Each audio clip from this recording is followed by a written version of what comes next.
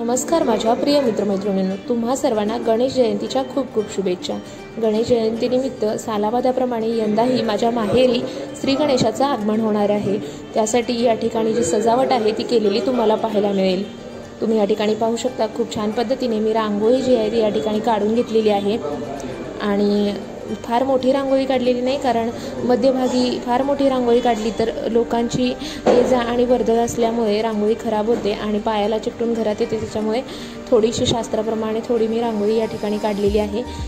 गणेश जयंतीला दरवर्षी आमच्या मुंबईच्या वरळी येथे असलेल्या घरी श्री गणेशाचं आगमन होत असतं।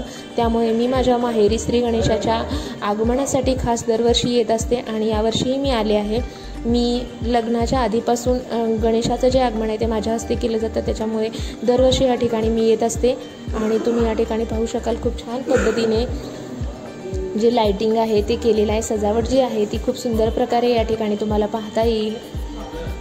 तुम्ही पाहू शकता, खूप छान पद्धतीने तोरण आणि जे इतर सजावट आहे ती केलेली आहे।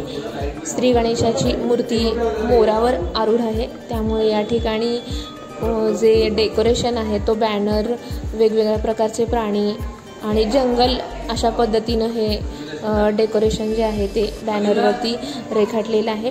आणि तुम्ही या ठिकाणी पाहू शकता, खूप छान पद्धतीनं तयारी जी आहे ती केलेली आहे।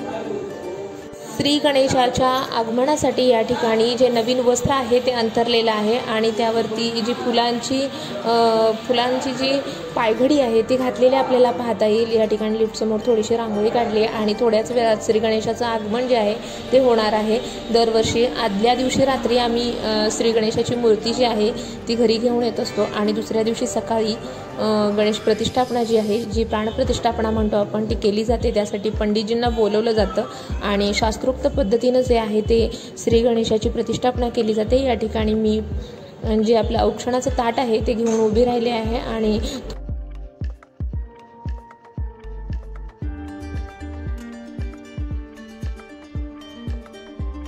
दरवर्षी घरी येणाऱ्या जे गणेशाची मूर्ती असते किंवा गणपती बाप्पांचं जे आगमन असतं ते शाडू मातीच्या मूर्तीमध्ये होत असतं।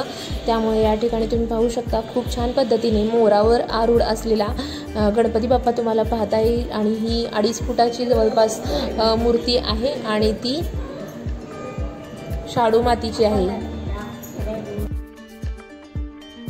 12 तारखेला मध्यरात्री जे आहे ते श्री गणेशाचं आगमन करण्यात आलं, कारण शुभमुहूर्त हा मध्यरात्रीचा होता, त्यामुळे या ठिकाणी आगमन करण्यात आलं आहे।